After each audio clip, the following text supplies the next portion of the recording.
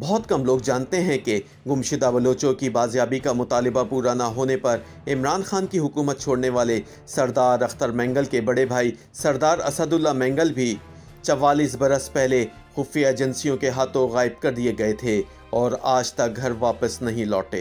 सरदार अताउल्ला मेंगल के साहबजादे और अख्तर मेंगल के बड़े भाई असदुल्ला मेंगल के अगवा का वाक़या जुल्फ़कार अली भुट्टो ने अपनी एक किताब में यूँ बयान किया है।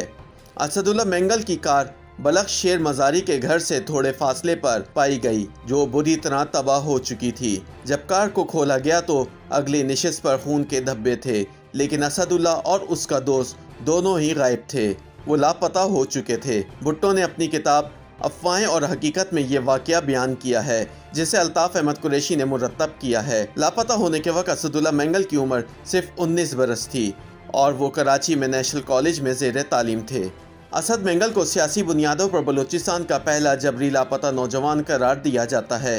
सरदार अख्तर मेंगल का कहना है कि 1976 में जब ये वाक़या हुआ तो वो 14 बरस के थे और उन दिनों जाहिर है मोबाइल फ़ोन का ज़माना नहीं था और लैंडलाइन हर घर में नहीं होती थी, जबकि उनके अपने घर के टेलीफोन एजेंसियों ने मुनक़ता कर दिए थे। अख्तर का भाई असद मेंगल टेलीफोन पर बात करने के लिए मोहम्मद अली सोसाइटी में बलख्श शेर मज़ारी के घर पर जाया करता था। 6 फरवरी की शाम भी वो वहाँ गया और फिर हमें ये इत्तला मिली कि उनकी कार पर फायरिंग हुई है। जब हमने जय वक़ुआ पर जाकर गाड़ी देखी तो ड्राइविंग नशिस्त और पैसेंजर नशिस्त दोनों पर ही खून के धब्बे थे। वाक़या रात 8 बजे के करीब पेश आया था। उससे पहले अचानक उस इलाके की बिजली चली गई थी। अख्तर मेंगल के मुताबिक जिस रोज़ असद मेंगल का वाक़या पेश आया उस रोज़ वज़ीर-ए-आज़म जुल्फ़कार अली भुट्टो कराची में ही थे। अफ़वाहें और हकीकत में वो लिखते हैं कि उन्हें वाक़े के मुतालिक सिंध के वज़ीर आला ग़ुलाम मुस्तफ़ा जदोई ने टेलीफोन पर बताया कि सरदार अताउल्ला मेंगल के साहबजादे को बलख्श शेर मज़ारी के घर के बाहर से अगवा किया गया है, लेकिन ये मालूम नहीं हो सका कि अगवा करने वाला कौन है। ग़ुलाम मुस्तफ़ा जदोई के मुताबिक एक यानी शाहिद ने पुलिस को इत्तला दी थी कि असद मेंगल अपने दोस्त के साथ वक़ुआ की रात को बलख्श शेर मज़ारी के घर आए थे।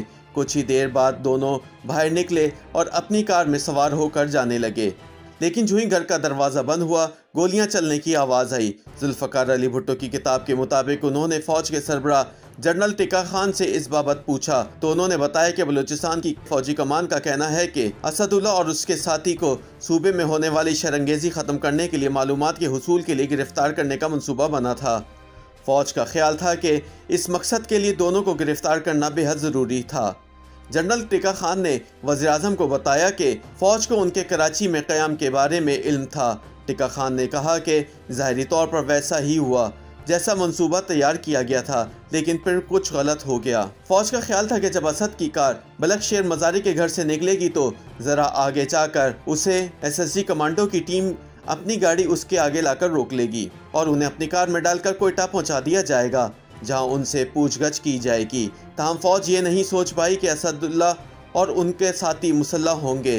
जो ही SSG की गाड़ी ने उनकी कार को ओवरटेक किया और उसे रोकने की कोशिश की, उन्होंने फायरिंग शुरू कर दी। उसके जवाब में SSG टीम ने भी जवाबी फायरिंग की, जिसके नतीजे में वो शदीद ज़ख्मी हुए और ज़ख्मों की ताब ना लाते हुए उनमें से एक मौके पर और एक ठट्टा की तरफ जाते हुए रास्ते में जहाँ बक हो गया।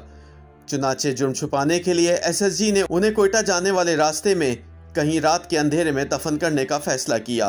भुट्टो की किताब अफ़वाहें और हकीकत के मुताबिक वज़ीर-ए-आज़म को मुतालिका सीनियर अफसरान का मशवरा था कि हुकूमत असदुल्ला और उसके दोस्त के बारे में लाइल्मी का इजहार करे और कहे कि हो सकता है कि वो डर कर अफ़गानिस्तान भाग गए हों और वहाँ पकड़े गए हों। लेकिन भुट्टो ने जवाब दिया कि ये मामला इतना सादा नहीं है।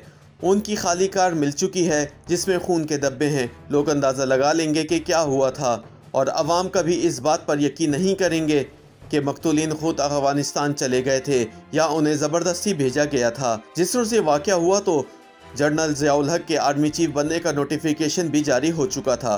रावलपिंडी में वज़ीर-ए-आज़म भुट्टो से फ़ौज के नामज़द आर्मी चीफ जनरल ज़ियाउल हक ने मुलाकात की और मामला दबाने का मशवरा दिया और कहा कि अगर ये वाक़या आम हो गया तो उससे बलूचिस्तान में फ़ौजी कार्रवाई का अमल रुक जाएगा। ताहम भुट्टो ने वाक़या छुपाने के लिए झूठ बोलने से इनकार कर दिया। सरदार अख्तर मेंगल बताते हैं कि उनके वालिद अताउल्ला मेंगल उन दिनों हैदराबाद साजिश केस में कैद और जिना अस्पताल के शोबा कार्डियोलॉजी में ज़ेर इलाज थे। उनको असद ने आगाह किया था कि उनका ताक़ुब किया जा रहा है और वालिद ने उन्हें अपना ख्याल रखने की हिदायत की थी। उनके वालिद जेल में थे छोटा भाई मुनीर और 2 चचा पहाड़ों में थे। असद घरों को संभालने वाला था और वो उस वक्त नेशनल कॉलेज कराची का तालिब इल्म था। असद और उसका लापता दोस्त अहमद शाह दोनों बलूचिस्तान में फौजी ऑपरेशन के खिलाफ अवामी राय आमा हमवार करने का काम कर रहे थे। रियासती इदारों को उन पर शुबा था कि वह अवामी राब्ताकारी के अलावा बलूचिस्तान में अस्करियत पसंदी के लिए भी मोबिलाइजेशन कर रहे हैं।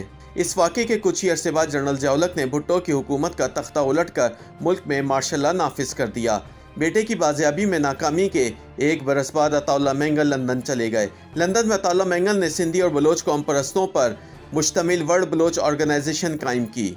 सरदार अख्तर मेंगल का कहना है कि असद की गुमशुदगी के 2 साल बाद 1978 में असद से छोटे भाई मुनीर मेंगल के यहाँ बेटी की विलादत हुई तो उनके वालिद ने उसका नाम असदुल्ला रखा।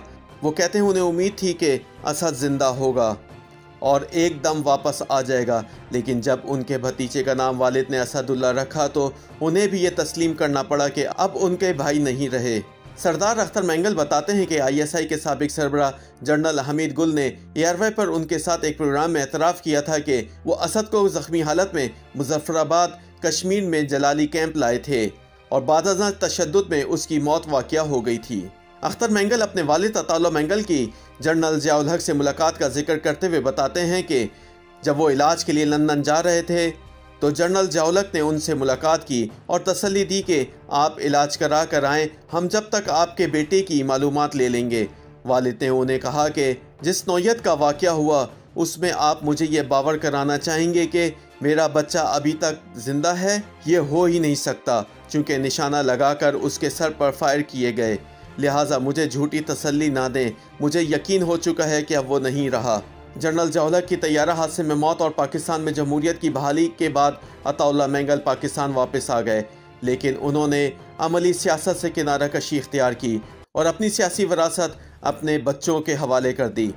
फिर अताउल्लाह के बेटे अख्तर मेंगल वज़ीर आला बने। अख्तर मेंगल का कहना है कि जब 1996 में उनको वज़ारत आला मिली तो उनके भाई के अगवा को 20 साल से ज़ायद का अरसा गुजर चुका था। हम इस केस की तहकीकात किससे करवाते, क्योंकि जो इदारे इसमें मुलविस हैं वो उसे बलोच कौम परस्तों की बगावत गर्दानते हैं।